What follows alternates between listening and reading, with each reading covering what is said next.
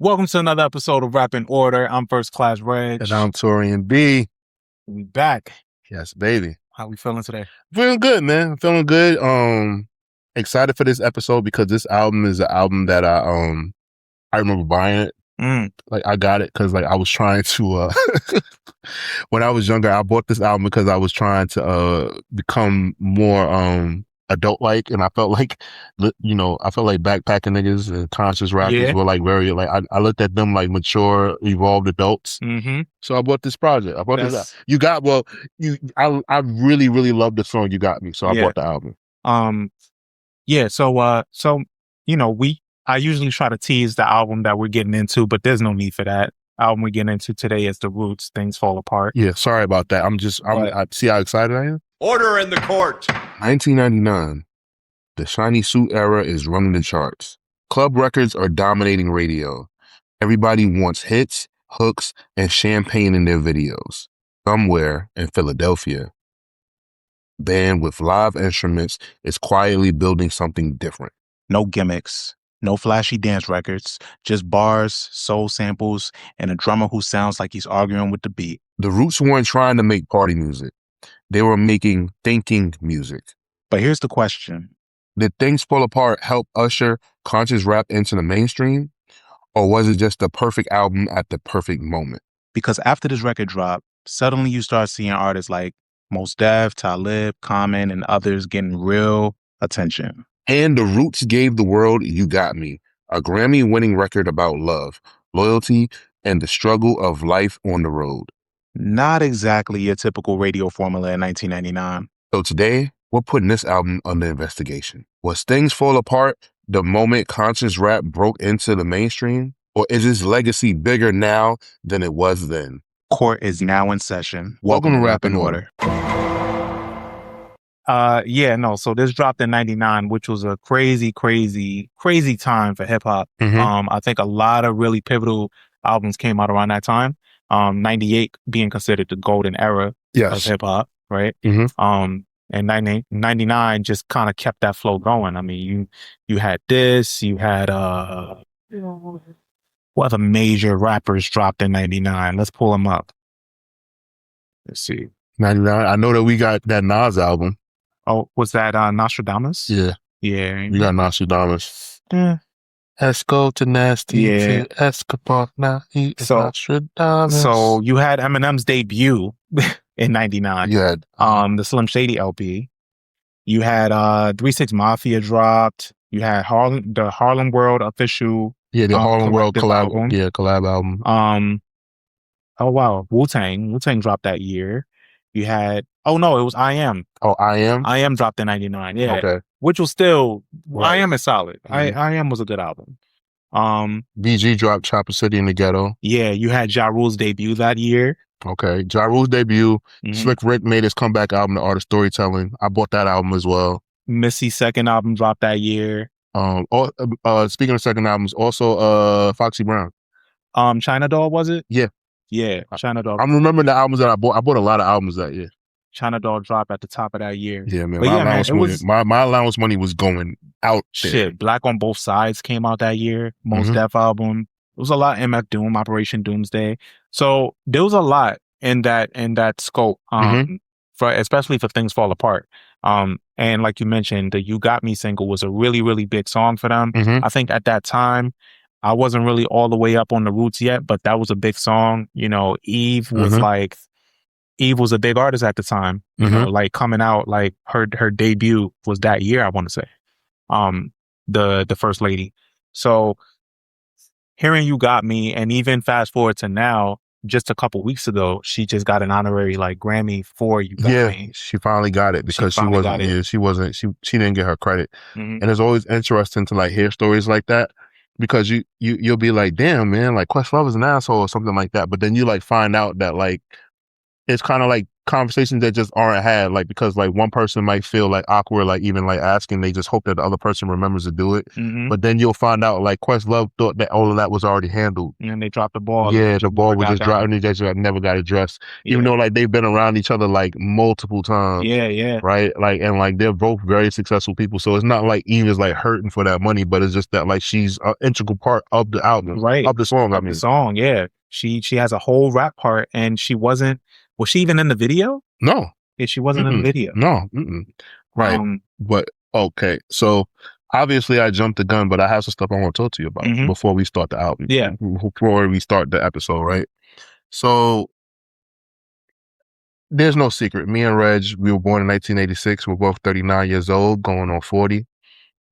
I wanted to talk to Reg about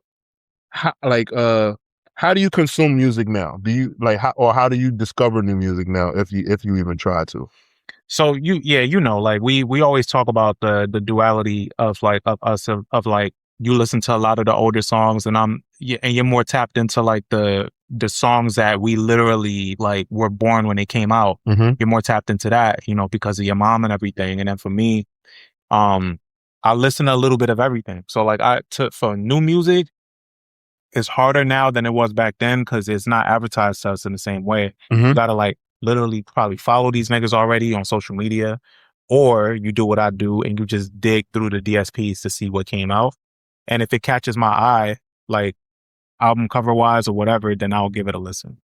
So I'll do it that way. Okay. So for me, it's usually my little brother Thomas that'll tell me about an artist that he really messed with.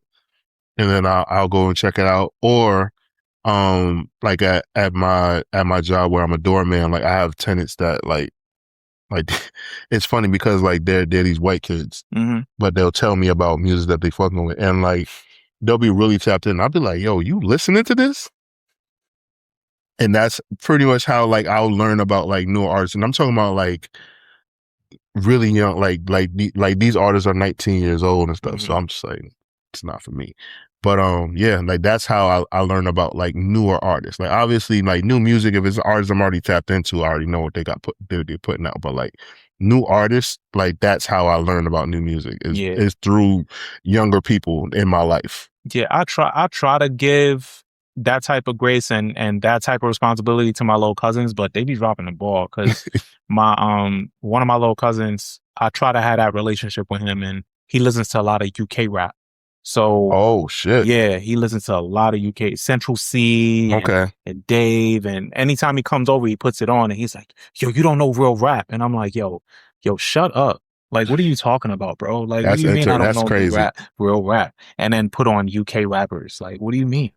But there's some that I like. I'm not shitting on UK rap, but there's some that I like, but it's not my general scope of rap. You know? The only UK rapper that I listen to, like actually, and I'm an actual fan of Skepta. I like Skepta. I don't think I'm lying. Skepta and Stormzy. Stormzy's good too, and I like Central C. And I like Dave. There's some of them that I do like. You want to know what? Because his name is just Dave, I don't fuck with it. Yeah, so like it's I too can't regular. Just type that in and you pop up. Yeah. Mad Daves is popping up if I type that in.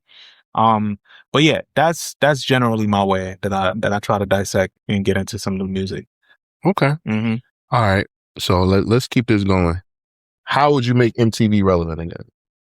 Interesting. Okay, so the way you have to change what we know about it completely, right? So what we know about it from our era is music videos, and that's just not a thing anymore. So you would have to play into social media and like get hosts of the times that are in it, like Drewski, get them to like do like a weekly show. Like if we want to base it around music, maybe some type of short form content that recognizes what these upcoming stars are doing, interviewing them. If you still want it to be interview format, interviewing these up and coming stars, and go like I wouldn't think much of like the TRL route with Carson Daly. I would think more of like in the realm of what bring it back to what Bill Bellamy did. Okay. And just interview people of the time, like have an interview show. Yeah, I would probably have Klass at spearheaded. Like I would make him like the main VJ. He's in a weird space right now. I mean, yeah, I know that, but I'm just saying, like, if I had the power to do that, obviously I got the money, so that he would get out of that weird space with the money out there. So Klass would be at the forefront of it, and like I probably would bring back like a TRL, and then try to figure out how to incorporate social media into that. With TRL, because before with TRL it was all about calling in. So now it's just like, all right, cool. Like, you know, it would just be on like Twitter or Threads and things like that where people can vote, and probably just do like a lot of like lives and stuff like that. But like there will be ways like I would incorporate it. Like also like I guess like maybe like doing like a live action like Beavis and Butthead kind of style thing, where like people are actually like watching the videos and like people can watch because my old ass, what I realize is that like there is a generation of kids that like to watch people watching shit or like unboxing shit. So I'm just like, all right, cool. Like you have all these like influencers online and all these people that do things. So there's like it girls and it people or whatever like that. You can have somebody like a Yachty or like a Caribou like that, like a like the tastemakers of like who people like look up to and like love and shit like that, be on MTV and then introducing this new artist's new video, or like having them on a show where like people like talk or whatever like that. Like bring like reality television is one of the biggest things ever, right? Like, but center around music. Like I just feel like for MTV, like a lot of like Teen Mom and stuff like that they do, because like we thought MTV was leaving, but then come to find out MTV still comes on in America. It's just that they don't play videos, but in other countries MTV is like defunct. Yeah, they just moved away from it. Right. So I just think that like I think they just gave up, and I think all they had to do was just find the new VJs and like hire them and stop them from being on their own YouTube channel. I mean, on their own YouTube and TikToks and what's the name of all the other Twitch and all that shit.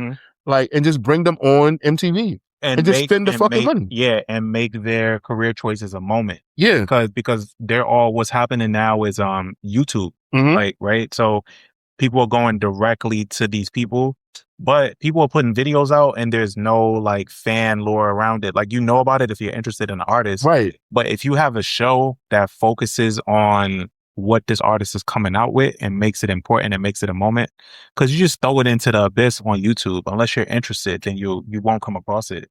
I'm like, I really think that like they said like that shit is dead. I think they just stopped caring because I don't know why, but I feel like when I was a kid going to Times Square and like seeing when TRL was being filmed and shit like that, that meant something to me. And I think that still does. Like, and I'm not saying that from an old place. Like, I'm telling you, I think it would still work. Do you know that Thomas had no idea that like at the concept of like TRL and 106 & Park? He didn't know about it? No, he didn't. Like he how could he? Like, you know, but it was funny. Like when him watching it, he was like, why did they stop doing this? Like, and I was like, I was walking. You will watch that? And he was like, yeah. And then he told, cause you know, he's in college now, he's in his freshman year at Morehouse, whoop whoop. And he like showed his boys and they was like, man, we don't never get the good shit. Y'all got everything. I'm like, nigga, like, it's y'all fault. Why y'all don't have this shit no more? Yeah, y'all don't, they had to, you know, kind of just move in the direction that the world is moving now. Niggas is on their phones. Everybody tailors their experience on the go. Right. You know, everybody's on the go. So like tuning into stuff like that, it's just the way that we watch TV. All of that shit is so different now. Yeah, it would live online for sure. Right. I don't know what kind of lived in experience it will be. And niggas already hate 42nd as is. I mean, I walked past 42nd the other day because I had a friend in town and I walked through the city with her because she wanted to go to 42nd. And we looked over there and I was like, yo, that's where TRL was. And she was like, for real? Like, damn. It's still and I was just looking at the window of like, you know, and I took me back to like being in Detroit and watching TRL and seeing all those people outside of the window. It freaking matters, man. Yeah, that was a moment and I wasn't even here for it. So yeah, I mean, this generation needs something like that. That's interactive. That's another thing too. Niggas don't go outside.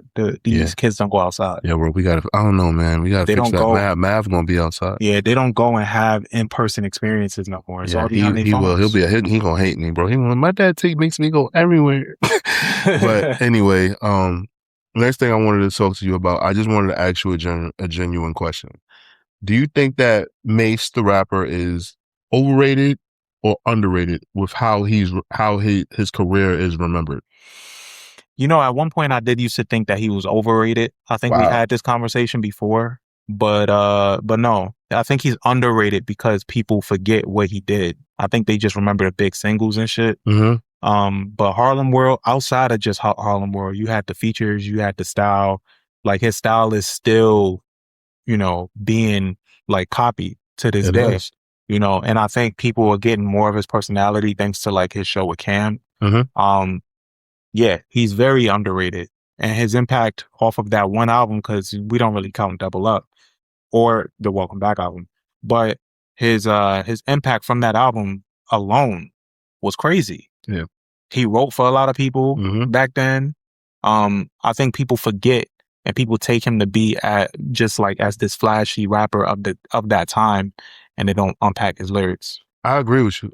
I think that Mace is like severely underrated. I think that to be 20 years old and then to be told, hey, the biggest rapper in the world just died and like this label is counting on you, and then to deliver, and then to actually like be next to like the biggest, like, you know, Puff, it was like the biggest thing, like smoking, and like basically help mold his career and like be the face of that for like 2 years. And think about it, like Jay-Z don't care about rappers unless like you're a threat.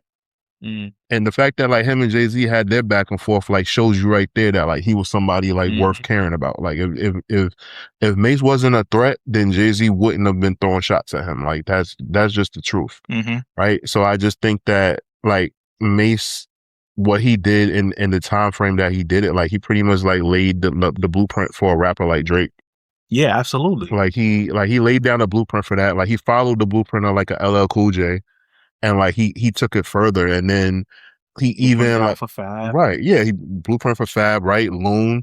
And a lot of people don't understand that like he was, at one point he was the biggest rapper in the world. Like as far as like rappers, like obviously Pac and Biggie, they were gone. I'm talking about like alive, like walking on two legs, walking the streets. This is before Eminem, ladies and gentlemen, and before DMX. Like he had like a sweet spot where he was the biggest rapper in the world, and then DMX came out, and then, you know, Eminem, and then things kept going, and he retired. But like at one point, Mace was the best thing smoking, ladies and gentlemen. I don't care what y'all say. Y'all could give me names. I'm talking about he like, I don't know if it was 8 months. It was a good solid 8 months where nobody was touching Mace, bro. Yeah, it was. So I would love to see, you know, if he kept going on that trajectory and how it would have turned out. Right, the head-to-head with him and Jay-Z and everything like that. Yeah, I think he got so much so early. Think about it. He was 20 years old. Like he was a kid, and like he got all his fame, and he was everywhere and everything like that. So, you know, I just want to talk about this because, you know, it's like in the news cycle, like, you know, with Charlemagne not putting him as one of the top 5 lyricists of Bad Boy. And it just made me think. Well, who did he name? He named Biggie, Jadakiss, Black Rob, Sheik. Like he pretty much named like he was just pulling names out of a hat. He was like, who else is in there? Craig Mack? Like he was just naming niggas, bro. Hey, man, no disrespect to Sheik. Yeah, no disrespect to Sheik, but it was funny. Like, come on, bro. Like, how you naming Mark Curry before Mace? Like, what did Mace do to you?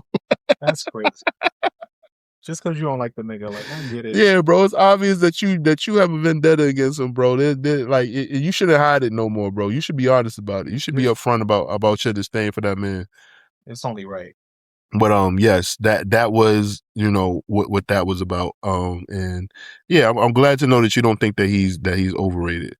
Oh, and just to go back, my bad. Nostradamus did come out that year. It was Nostradamus and I Am. Yeah, he dropped 2 albums the same year. I bought both of those albums. Yeah, they came out the same year. Yeah. And DMX came out that year too. Okay. Wow. All right. Real quick, what do you think is taking Drake so long with his Iceman album? I think Drake is just it's interesting, man, because during this time period, this down period for Drake, I've been going back and listening to a lot of Drake. I even went back to the Some Sexy Songs for You album. Okay. Because I feel like I just wasn't ready to listen to him at that time. Call it like bias at the time or not, but it's a pretty good album. I think with this album, he knows he got to take his time. I don't know if he feels the pressure or what, but he knows that people waiting, and it's gonna be a successful album because people want to hear what he has to say. Right. This album is probably going to be like maybe like his like third or second best selling album, I think, just because of the anticipation. Yeah, because I mean, we see what Scorpion did after that beef. Mm-hmm. We see what Views did after that beef. So like, yeah, he's already in position to break records numbers wise. I just think that he's in an interesting spot right now. I think he's trying to get the perfect storm. You know, I think he tried a couple things that didn't really land the way he wanted them to. Like he had the single with Central C, which was okay, but it didn't stay around. Yeah, I thought that was going to pop. And then before that, he had the other one. Let's go.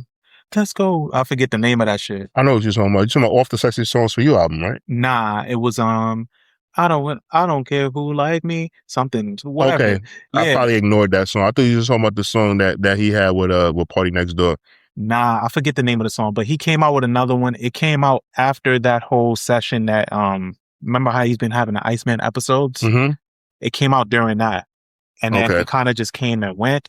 It did what it had to do, and then he just didn't do nothing else. I think he's been trying to just get one that will stick before he comes out with the rollout. All right. Man. Okay. Cool. And before we get back into the Roots project, I wanted to talk to you about this. Do you have like something like your like favorite like underground albums? And I'll make it easier for you because it's for some people like they have different definitions of what's underground. So like underground will be like anything that's not on like a major label. So mixtape, obviously indie albums, like it's just not on a major. That's pretty much the meat potatoes of it. Okay. So like just released independently, maybe mixtape, you said? Yeah, maybe mixtape. Like if it's a mixtape project, like if you think that is that good, but like it's like what's your favorite? So it's not something that like you like have to, but like, and I'm not going to give like a number that you have to list, but like what comes to mind as far as some of your favorites? I think of Rock Marcy, okay. The Elephant Man's Bones. That is a good fucking album. Was a really good one. I'm just going off of like what I think of off of it. I don't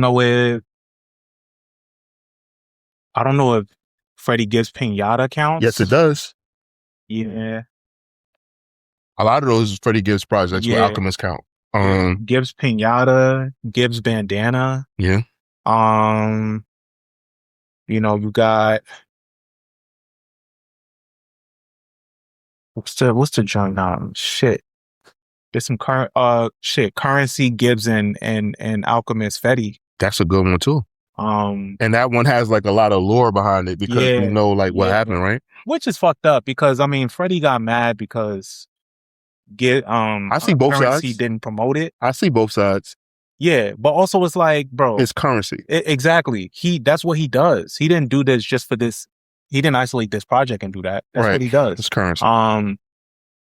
The Keep Going tape from Larry June. Yeah, I'm kind of shocked that you didn't like Larry wasn't like the first. I get it. Like I don't know if I put you on the spot, but like, there's one project that I'm very shocked that you didn't mention. What's that? Donuts.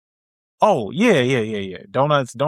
Absolutely. Right. So Donuts is on. So for me, like, and this is I'm cheating, ladies and gentlemen. I want to be clear about that. But Reasonable Doubt.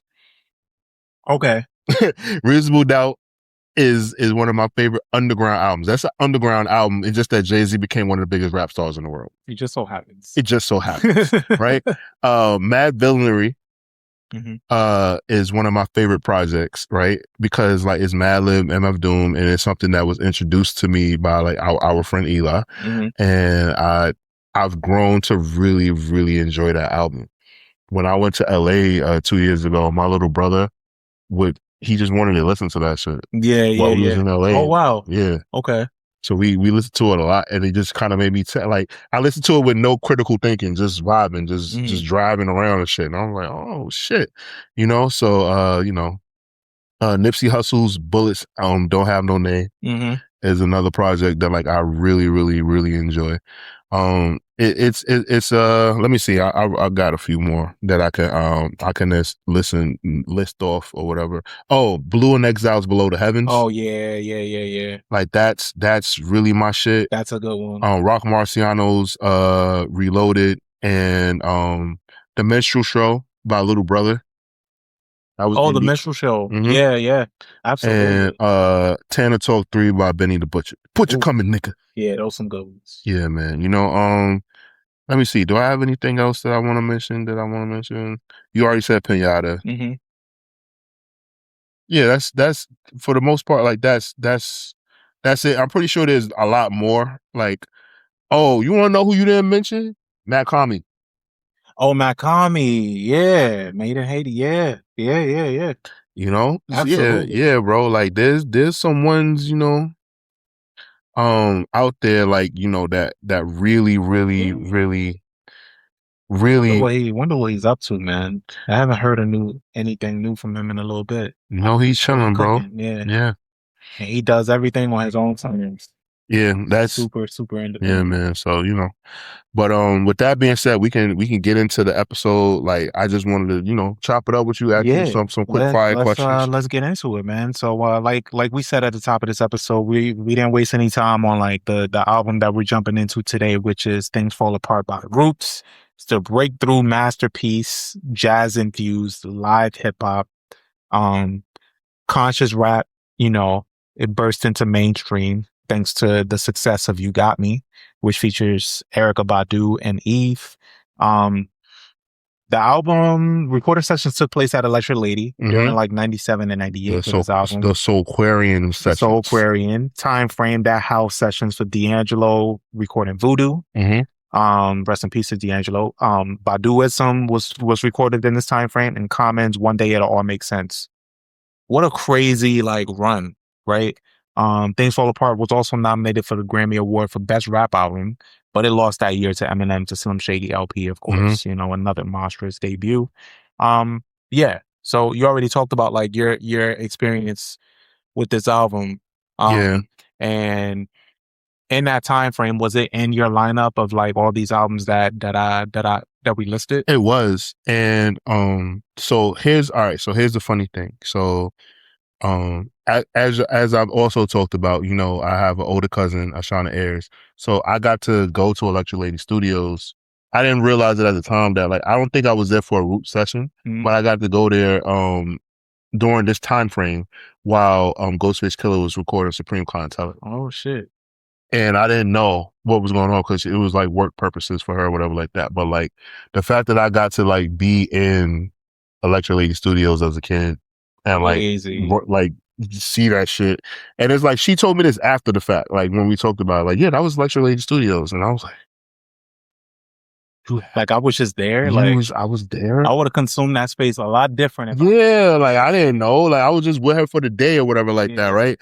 So, you know, hearing that and then like knowing like, okay, like this is where like everything is happening. Like obviously we know, okay, Electric Lady Studios, like this is Jimi Hendrix, like, you know, like, and the thing about all the sessions, the ghosts that are in this fucking studio, I was like, yeah, it's a lot to take in. But you know, I wrote something down. I wrote Electric Lady Studios was basically a creative laboratory, neo soul, jazz, hip hop, and future legends all bumping into each other, just creating magic and like helping each other, like on some like community shit. Like, yo, you know, oh shit, you need this, or you should say that. Like, that's fucking dope. Yeah. Wow. So I had some like fun facts about this album. Funny enough, so the album title comes from an author by the name of Chinua Achebe, which, funny enough, literally my Uncle Jack is here visiting from Cameroon. I think he leaves today, but I was just with him the other day and he was just talking to me about books that he's reading right now. And he was like, you have to read Things Fall Apart. Literally, this was like 2 days ago. Wow. Talking about this. He's like, you have to read that. But that novel, it's a novel that came out in 1958. It's a book about colonialism colonialism, Okay. cultural collapse, and identity. And this album is directly named after that novel. No, that's good to know. The roots of framing the album as Black America at a breaking point, socially and internally, high level reference, but grounded with the execution that they did. Yeah. So him even naming that, I was like, oh shit. So like I wrote him down, the author, he died, I want to say in 2013. He died in the States. Okay. But he's from Nigeria. And my uncle was just talking about all the books that he has that he's like really into. So he had me literally write down, let me see here. I have it. Yeah, literally here. He had me go read some of his stuff that he has. So like Things Fall Apart. He had another book called Arrow of God, No Longer at Ease. So literally topic of conversation the other day. So that's funny. But and then this album also made Questlove like that dude. Of course, you know, yeah. Like we know Quest to be, the famed drummer and everything like that he is today. But before that, with this album, he was respected, but this kind of just took him up a notch. Took him up a notch. Yeah, I get that. It's interesting because the other day I saw that Raphael Sadiq came out and said that like neo soul was a thing that was created by record executives to like basically like compartmentalize them. Yeah, compartmentalize them because like they couldn't get like boy band money and shit like that, even though they was 10 times more talented because they could play all instruments. Like they were more musically inclined, but like pretty much they like pigeonholed them. And I never realized it because I always looked at neo soul as something like prideful, but like Raphael Sadiq basically said like, no, like I couldn't do any, and it's true. Raphael Sadiq could do any genre. He can do rock, he can do pop, like music, he can do R&B, he can do soul, he can do blues, like he can do country. So I never thought about it like that. Like, oh shit, like damn, like they're taking something away from these musicians, pigeonholing them and saying, oh yeah, these are the people, that wear sandals and don't wear deodorant, and the women have hairy armpits and shit. Like that's kind of like what people think about neo. So they light incense everywhere they go and shit like that. And generally, I think it made the public categorize these albums like that. Like we're thinking of it as a term of endearment, right? Yeah, that's right. Like Common. You think about like people. You think of Common, you think of Mos Def, you think of Talib, you think of Erykah Badu, you think of all these artists that are like very conscious with their messaging. And D'Angelo has said plenty times that he doesn't like the term neo soul. He never expounded on it like how Raphael Sadiq did. And that's why I never understood why he said it until when Raphael explained it, I was like, oh. It's like just their way of like being like, yeah, we're going to put you in this box of like the kind of music y'all do, because y'all have limitations of like how the type of people you could reach. There's no doubt in my mind that Raphael Sadiq could have wrote a song for NSYNC. And NSYNC would have loved to have sang a song written by him. Yeah, for real. But yeah, so this album, getting back into it here, it kicks off with Act 1, Things Fall Apart, which sets the tone of like the chaos, the self-proof and the competition, everything that the Roots bases their art on. What did you think of this one? It kind of, like it sets the thesis with a film excerpt. We're talking culture and not just bars. And I thought that was pretty significant to like open the project with.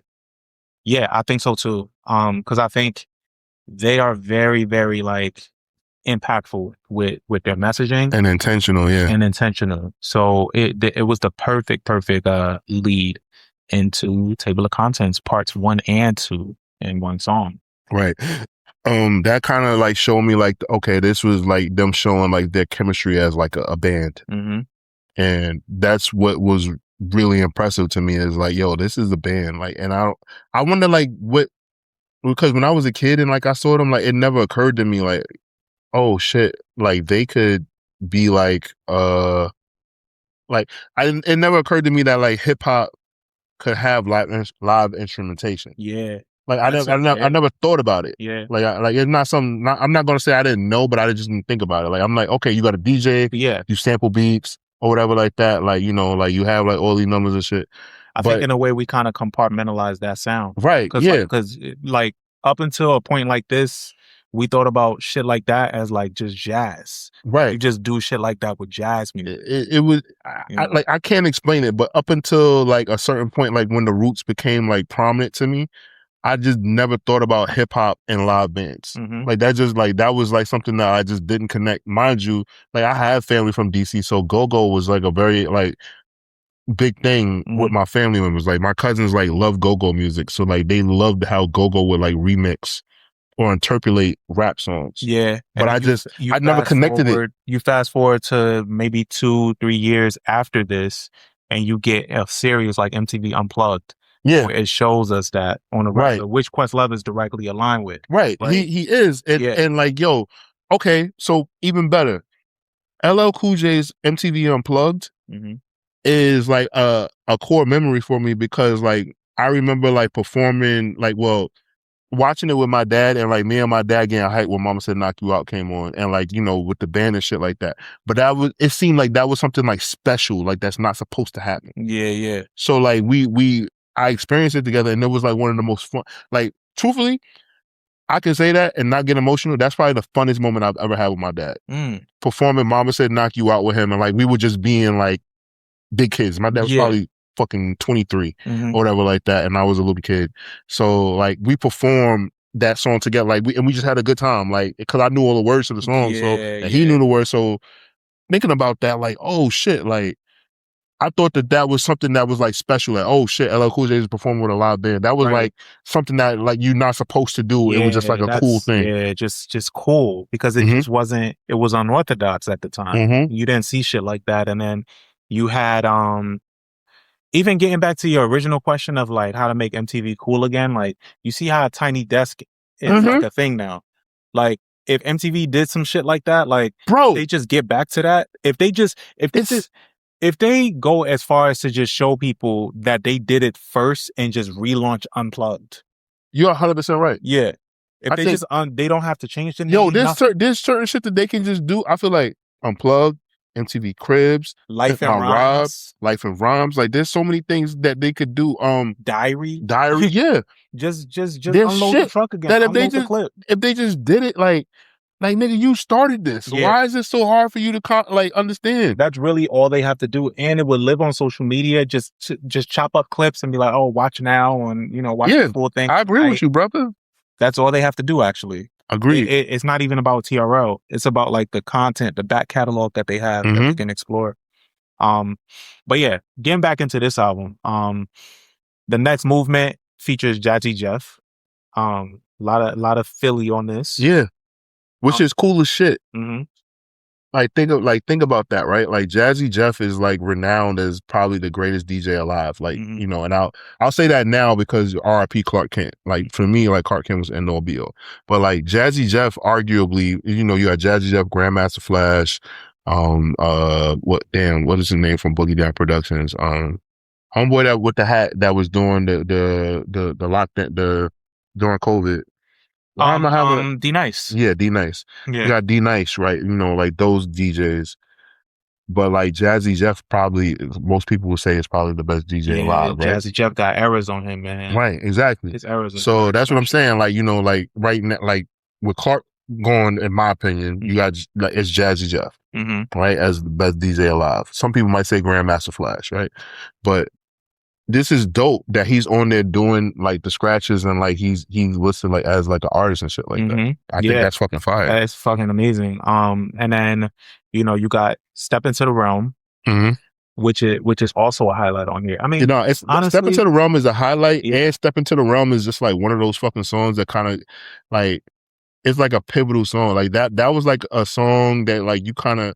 I'm mad. I used to know the words to that Step Into the Realm. Oh yeah, yeah. And like as time progressed, as I got older, like I kind of I can rap it if it's playing, but like I used to know the raps without the music. Okay, yeah, no, Step Into the Realm is a special one too. I had something else here. Let me see. It definitely felt like Step Into the Realm. Definitely felt like some like end of the world shit, like the end of the millennium. Because remember, this is 99. Y2K, all that shit. So Yeah. So I think around this time, it is noted that Malik B was dealing with substance abuse. So around in this era, so like you can hear it in his voice on like songs like The Spark. His voice, there's tension there. And I think that portion of it makes some of the music on this album more impactful because it feels more lived in and emotional. I think, what do you think the difference is between, because this isn't the first time that we heard live instrumentation, but it feels different with this, right? Like you have A Tribe Called Quest kind of toyed with that in the early 90s. Sampled, because it is different because they sampled it. I don't think, I could be wrong, but I don't think that Q-Tip had a live band in the studio with him that he was conducting. Yeah, they said the Roots were a fucking live band in the studio. Like them niggas was going in the studio like how the Beatles went in the studios, like how the Rolling Stones went in the studio. Like, hey, on the drums, I need you to do this. Like, hey, or the bass, talking to the person on the bass, talking to the person on the piano. Like, they was real. They're a real band, and I think that's what is so cool about them and an element that they brought. And I think that's why like the Roots are going to outlast so many of their peers, and already have, right? Because they like longevity wise, like they kind of don't have to like appeal. Like I don't think that the Roots have ever really appealed to a young audience. And I think that's to their benefit. That they've always appealed to a more mature audience, an adult audience. And I think that's cool because in rap's a young man sport. And like the Roots never had to worry about that shit. Like they had their audience and like that audience kept getting older with them. And then it feels like appropriate for like, if Barack Obama said to me, yo, the Roots is my favorite rap group, I wouldn't blink. I wouldn't be like, what? Like, it will make all the sense in the world. It makes sense for Barack. Like, right? It'll make sense so, for somebody. So somebody like age, like continuing to age, it just makes sense. But like if Barack told me that like he's a fan of Lil Baby, I'd be like, huh? So it just makes sense. And that's something that like I truly like admire about the Roots, that they stayed true to it, because like they could have, like Questlove could have eventually said, yo, like I'm from Philly and like I'm from the same streets as Beanie Siegel, and like he could have absolutely just said, yo, I'm gonna make this street gritty album and like sold out and like left them niggas, but he didn't, and I appreciate that. Exactly. I can appreciate that too. I had another question too, just around the Roots as a collective. Do you think them being the live band on Jimmy Fallon hinders them or has affected their legacy at all? No, it hasn't, because I think it happened at the right time. They were very like anti-establishment, and like, they had like their riff where like they dissed Biggie in the video and stuff like that, and they were very anti like mainstream. And I just think that like their timing was just perfect, bro. Like when they came out, like they were like on the flip side of like how commercial rap was going, and they just steadfast.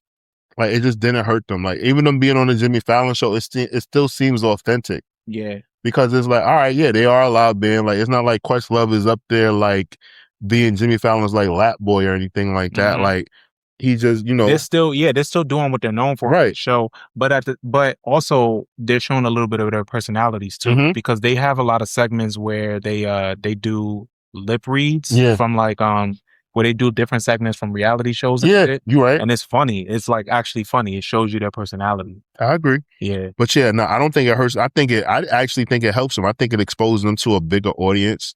And I think that because especially Questlove, and I've had the pleasure of like hearing him multiple times, and knowing that when he DJs, pretty much like you're getting like a Questlove DJ experience, and some people hate it because he takes you on a basically a music history like time capsule. Yeah, and some people don't like that shit. I appreciate it though, because it's just like it's like, all right, that's your thing, cool. Like that's cool. I think the next movement though, as a song, getting back to that with Jazzy Jeff, like is just so fucking incredible. Like it even got more eyes on it this past year or so because Kendrick kind of paid homage to it in his What video was that? You talking about in the not woke up looking for the broccoli? Like damn, yeah, I know you're talking about from a song off of GNX. I just can't remember the name of the song.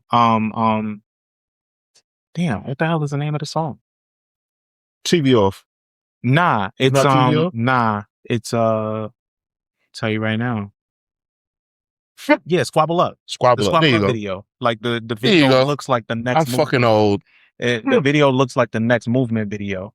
It does. Yeah. So a lot of people, and he, Kendrick never talks about the shit that he does, but like a lot of people picked up on it being a reference point for that song. Whoever catches the next Kendrick interview got to ask that nigga mad questions. I know.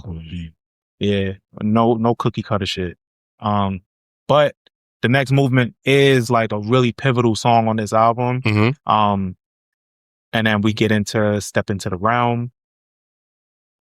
How we felt. Step Into the Realm, like that's my shit. Yeah. Yeah. It's a gritty song. Like, the album, I feel like the album begins from there, like kind of like start, like goes from there. Like the album, like that song carries the rest of the album. Sets the tone. And then you got a few other, like, you got Mos Def on this album. Right. Who like really matches Black Thought's energy on here. Like for real, and there's not that many rappers that can do that.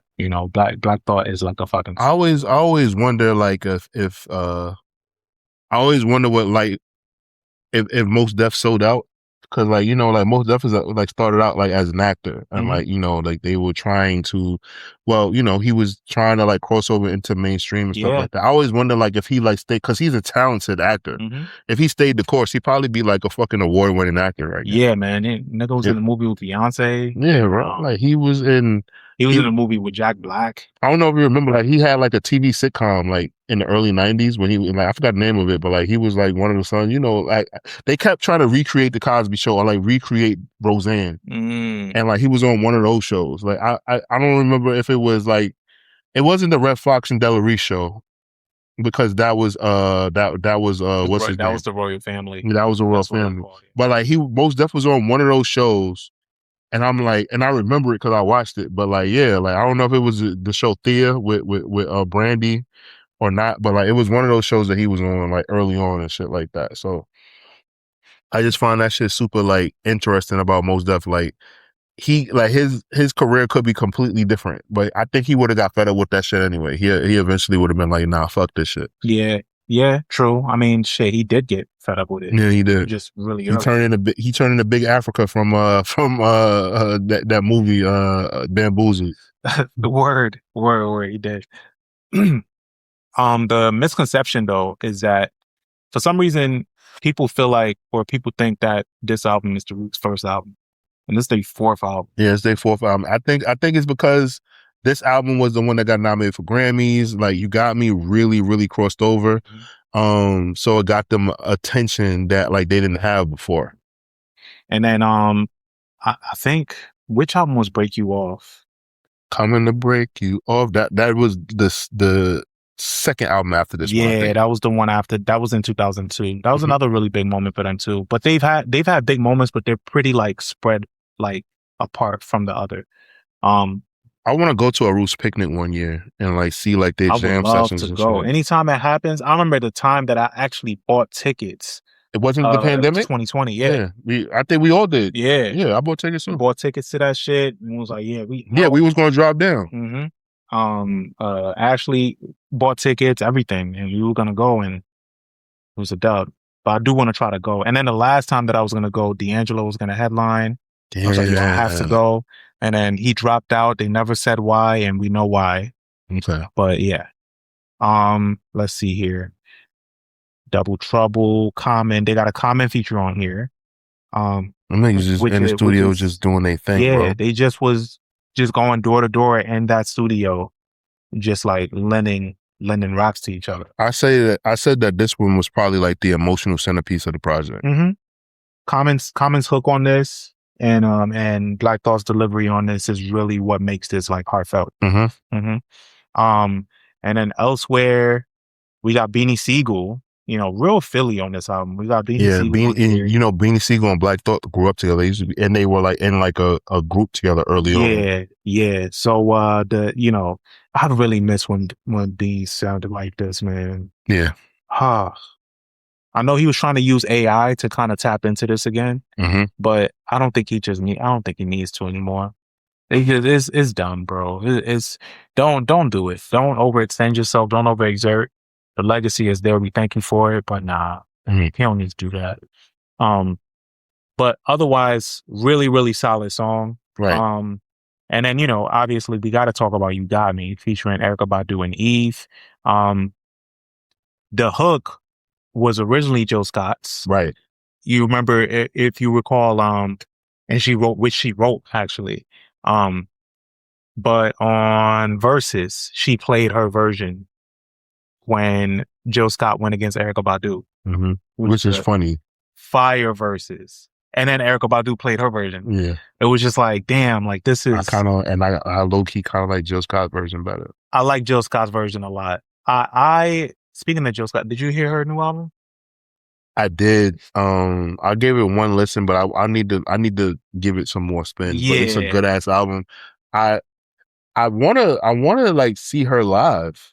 So. Yeah, man. Her tickets for because I was trying to go see her live. Tickets for Blue Note went really fast. I believe it. When she did Blue Note. So I was like, all right, well, it is what it is. Maybe I'll catch her another time. Hopefully.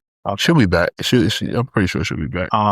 And then the sweet spot, I'll tell you this much, the sweet spot is probably going to like other cities, like lesser cities or whatever like that, and just biting the bullet because the tickets are probably that's true. I mean, I like to see these artists in cities that they're from, so I would love to see Jill Scott in Philly. Oh my goodness, yo. But I know tickets are gonna. That's what I'm saying. Like, you wilding. Yeah, I've come to learn that, like, I learned that through wrestling because I go to wrestling matches in other cities. I've learned that it's a lot cheaper. So I could assume that's the same with like artists. Like, I have a goal for Sarah. If Beyonce does go on tour again, like they say, like they're saying she does, I'm gonna take her to Kansas City to see Beyonce at Arrowhead Stadium, because that stadium is like one of like the loudest stadiums. Oh, dope. Okay. So like I'm gonna go to Kansas City, and hopefully like the tickets are like okay. Yeah. Because it's another city or whatever. It's not a major city. Valerie is such a big Beyonce person that like get ready to buy them tickets. She wouldn't mind to go to that with y'all. If it was in Kansas City, you said? Yeah. She's from Kansas City. Really? Yeah. Holy shit. See, I wasn't even trying to line you up. Yeah. So if that was to happen, I mean, shit. All right. Well, good to know. Oh, man. So there it is. But Fresh. We talk about our relationships on the podcast. Oh, our listeners know.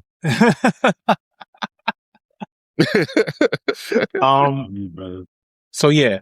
Let's see. Is there any other highlights on this album for you? Anything? Or actually, tougher question. Is there anything that you found unnecessary on this album? Actually, no, and it's rare, but all 18 tracks felt like it was necessary. It kind of flows. Like, I'll be honest with you, I listened to the album and not forgot I was listening to it, but like I kind of got low like in my day, like research, doing my re-listens and stuff like that. Every time I listen to it, like it would loop back around to the beginning. Yeah, I think a lot of what stands out to me on this album is just them as a collective. Like it never feels like I don't get enough of Black Thought or like the instrumentation or Malik B. Like everything is like together, right? There's a lot of like, they work together so well. It's just a well-oiled machine. And there's no intention on like stepping out without the other. Like it's a collective for real, like you hear that with other groups where you're like, all right, this person is the fucking star. This person, So with this, it's refreshing, especially in an era like 1999, where you had a lot of albums and nothing sounded like this, but you have a full on, like you got, like I said, like Beanie Siegel and Erykah Badu, like it's such a well balance of features. Yeah. But yeah, same thing for me. 1 through 18, there's nothing that I would skip on here. So I'm interested to hear your verdict. Oh, you ready for it? Mm-hmm. 4.5 out of 5 waffles for this album. Okay, so why not the 5? Why not the 5? I'll be honest with you, like it's not an album that like screams like classic or like pivotal album to me. It's just like a good listen. So like, and it's like the production is good, the lyrics are good, the stories behind whatever some of the songs are good, and the features are good, but it just doesn't scream like classic pivotal changing like album to me. Like when I think about this album, I don't think about 1999 or think about like how it could be like good now or anything like that. But it is a really strong album, and I think it's Ruth's best album. So you know, like it's not. I wouldn't put it in like that like classic echelon or whatever like that. You know how I am with like rating albums is like classics. Yeah. Like I'm like, does it hold up to Illmatic? Then I'm like, you know, like if I can't argue that is like that, and that's just me. I'm not saying everybody's supposed to do that. I'm just saying like how we all have ratings, how we do things differently or whatever like that. And to me, this is just like a fucking incredible album that I think everyone should listen to. I even recommend this album to white people. I think this album, I can give this album a 5. Okay. I think it's such a great listening experience, and it never feels like I live in it for too long. Like it's just right, you know. And a lot of these albums that we revisit, you'll notice that they're long as fuck. Like the album that we just did before this, it's like, damn, why is this album so long? Yeah, I mean, it wasn't necessary. And then you fast forward to albums of today where they're either really long or they're really short. Right. No Bruno Mars just dropped a 9-track album. Right. Baby Keem 10, 11 songs. Right. And they'll be 30 minutes long. Yeah, exactly. You know, so like this feels like it has a message, and it feels like you need the whole extent of this album to get that message.